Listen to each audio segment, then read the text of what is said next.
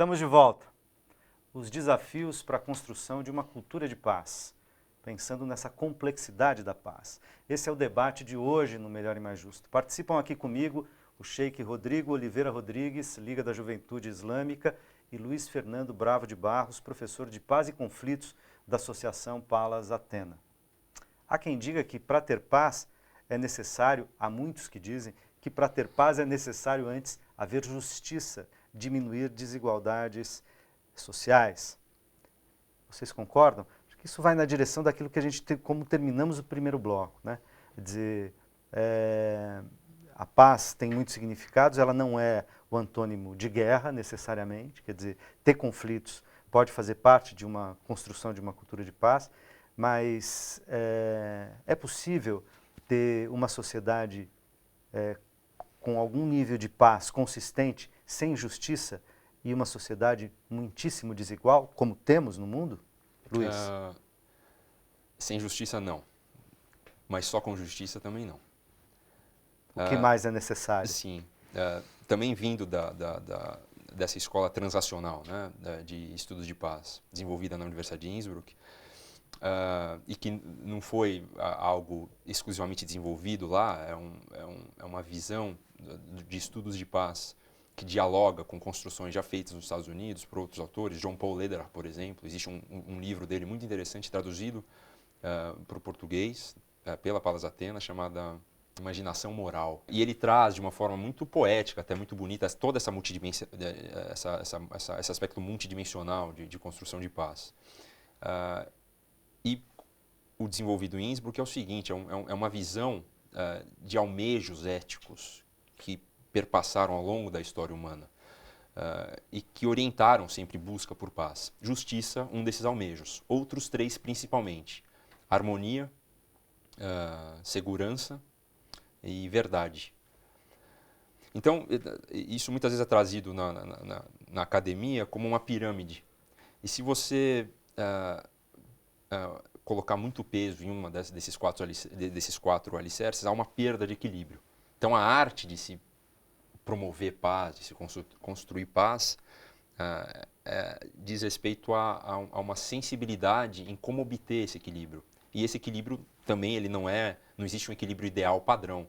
Cada contexto demanda a sua... É um equilíbrio instável. Instável. Demanda a sua necessidade por justiça, por harmonia, por segurança e por verdade. Sheik. Bom, como eu disse no começo agora, o As-Salam, que significa em árabe paz, é também uns nomes de Deus, uns atributos de Deus. A palavra justiça em árabe significa Al-Adal. Al-Adal também é um dos nomes e atributos de Deus. Deus, nós não dizemos que na teologia islâmica, né, que Deus ele é a paz, mas um dos nomes dele é paz. Um dos nomes dele é justiça. E como o professor disse, sem justiça não tem como viver em paz. Muito menos construir em paz. Mas aí nós temos uma questão aí, a justiça tem vários conceitos aqui. Justiça, paz, igualdade, né? Temos a igualdade.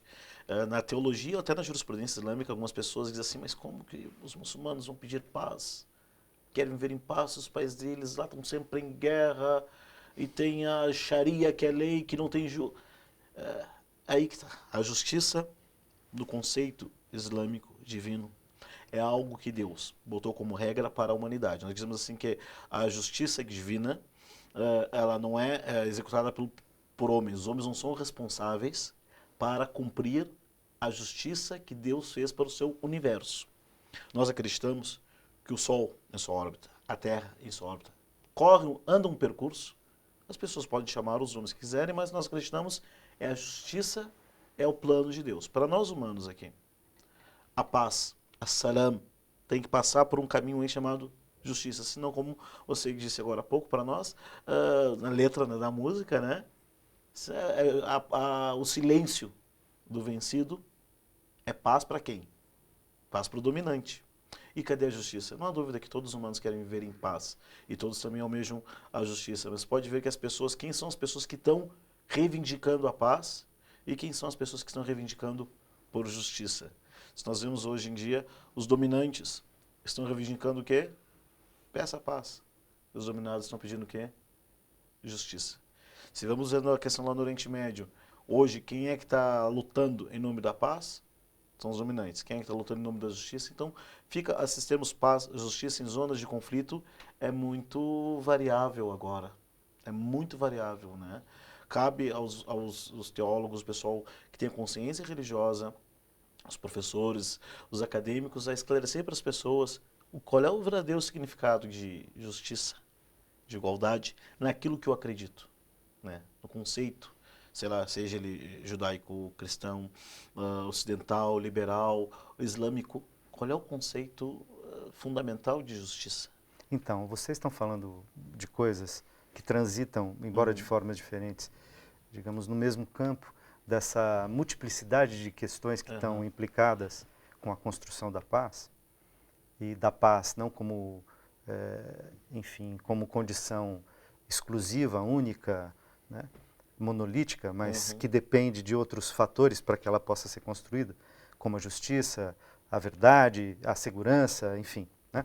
E como disse o Luiz aqui. Mas ao argumentarem, vocês estão falando de política. Fundamentalmente, não política institucional, partidária ou de Estado, aquele presidente, falando de política no sentido mesmo conceitual, quer dizer, para viver na polis, para viver entre, né, interrelacionalmente, é preciso construir alguns acordos, algumas pactuações, o que implica conceder um pouco, mas poder se afirmar um pouco também, né? Não individualmente, também individualmente, às vezes nas suas relações interpessoais, você com seus amigos, você com seus parentes, você com seus companheiros de religião, que seja, né? De trabalho e assim por diante. Mas socialmente, né? Tem aí uma, como diriam os europeus no começo da modernidade, aí um certo contrato social. Né? De, bom, o que eu posso, o que eu não posso, o que é razoável, o que eu concedo, o que eu admito no outro, o que eu não admito. De certa maneira, essa é uma negociação política gerando consensos provisórios, instáveis, que podem ser desequilibrados a qualquer momento, porque um grupo pode sentir, enfim, não contemplado naquele acordo, o que é bastante frequente no mundo ocidental, acho que no mundo inteiro, mas no mundo ocidental, muito fortemente, porque esses consensos são forjados de cima para baixo. Quem pode mais, no popular, né? Quem pode mais chora menos, impõe sobre o outro. Né? Então você tem consensos forjados pelas, a gente diz aqui no Brasil, forjados pelas elites, construídos nos gabinetes e impostos ao povo, que ou se submete, ou é morto, ou é perseguido, né? Ou simplesmente é desqualificado e jogado à margem da sociedade. O fato é esse, né? Quer dizer, as construções consensuais que geram uma paz provisória e momentos até de prosperidade econômica, mas nunca no sentido de uma construção muito duradoura e nem de uma cultura dessa busca do que você chamou de um certo equilíbrio instável aqui, né? De uma certa estabilidade instável que precisa ser construída, vigiada e refeita, renovada, precisa de ar fresco toda hora. Sim, é um né? trabalho constante. Sim. Eu queria usar o tempo que temos nesse bloco e no próximo para pensar um pouco, talvez, pedagogicamente. Né? Estamos no fim do ano, de um ano tão conturbado no mundo e no Brasil. Como pedagogicamente a gente pensar em construir esse mundo que possa ser um pouco mais tolerante, um pouco mais aberto e que seja capaz de conceder um pouco mais para o outro e ao mesmo tempo conquistar seus direitos fundamentais para não ser desrespeitado pelo outro. Né? Como fazer isso? Eu acho que o grande primeiro passo é uma reflexão como essa, como a gente está fazendo. Pensar em paz, como você disse, é uma palavra muito emblemática, a meu ver. A paz não é algo monolítico. Então, a meu ver, o primeiro passo é se honrar o conflito. O conflito não é algo ruim. E, na verdade, o conflito, ele tem sido, biologicamente falando, né? E historicamente falando, ele tem sido fonte de energia, de mudança, de inovação, de criatividade. O problema é a forma como lidamos com o conflito. E, a meu ver, o fator mais problemático disso tudo é a violência. E a gente tem essa ideia, todos nós temos. Isso está muito arraigado na nossa cultura, né? A violência como a forma, o método mais eficaz de conseguir força, de fazer valer a força. E não precisa ser assim. Ao mesmo tempo, não é porque você não usa violência que não se pode falar sobre conflitos. Porque a gente também tem uma ideia negativa de conflito. Tanto é que eu vi recentemente, me lembro, isso me chamou muito a atenção, uma rádio de São Paulo promovendo um concurso para estudantes de jornalismo, nesse almejo de querermos algo novo, de buscarmos algo novo, e o título do concurso era uma sociedade com menos conflitos, algo desse tipo. Lógico, uma intenção louvável, mas isso tem um significado, né? Então, honrar conflitos. Tem um valor por baixo, né? Tem um Que é valor o valor por de baixo. que conflito é ruim. Quando o Sim. conflito não é ruim. O ruim é o modo como você Exatamente. lida com o conflito ou quando o conflito é muito desigual, né? Você estabelecer um conflito de uma potência mundial contra um povo é genocídio, né? Sim. Quer dizer, embora seja conflito, mas é um conflito que no qual não há nenhum senso de justiça, tá certo? De ter uma justa medida, né, para poder trabalhar essas diferenças. Sim. Então, a gente vê isso, né, as nossas potências, quando podem, né, os nossos estados, enfim, ocidentais, quando podem, resolvem os seus conflitos, silenciando, matando, aniquilando ou comprando os seus opositores. Sim, sim, né, sim. os Isso é seus uma contendores. Isso é uma forma extremamente violenta, que a gente está acostumado, institucionalizada, mas muitas vezes nesses quadros de desequilíbrio, num cenário conflitivo, a parte que nós temos como num primeiro momento mais fragilizada ou vulnerável, se ela trouxer à tona essa vulnerabilidade de uma maneira estratégica, ela leva com ela ou traz com ela e chama para ela pessoas que da outra parte olhavam ela como inimigo, mas que passam a empatizar com essa situação. E grandes exemplos históricos que a gente tem são de movimentos de não violência. E um grande nome que muitas vezes não é usado é um nome islâmico de uma pessoa do Afeganistão, Abdul Ghaffar Khan. Ele era muito próximo a Gandhi no final da vida de Gandhi. E ele é conhecido no Afeganistão como Gandhi do Afeganistão.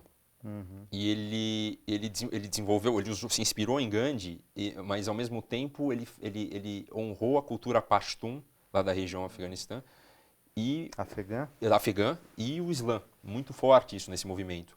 É o movimento dos camisas vermelhas, que foi criado contra a colonização britânica e teve um resultado fenomenal, uma coisa muito, muito emblemática. Então essa questão do desequilíbrio pode ser trabalhado sim, por maior ou mais monstruosa que possa parecer a opressão num primeiro momento, pode ser trabalhado sim por intermédio da não violência, ao meu ver. E ela pode ser vencida. Sim. Eu vou querer ouvir o Sheikh, mas daqui um pouquinho, no próximo bloco, a gente já volta.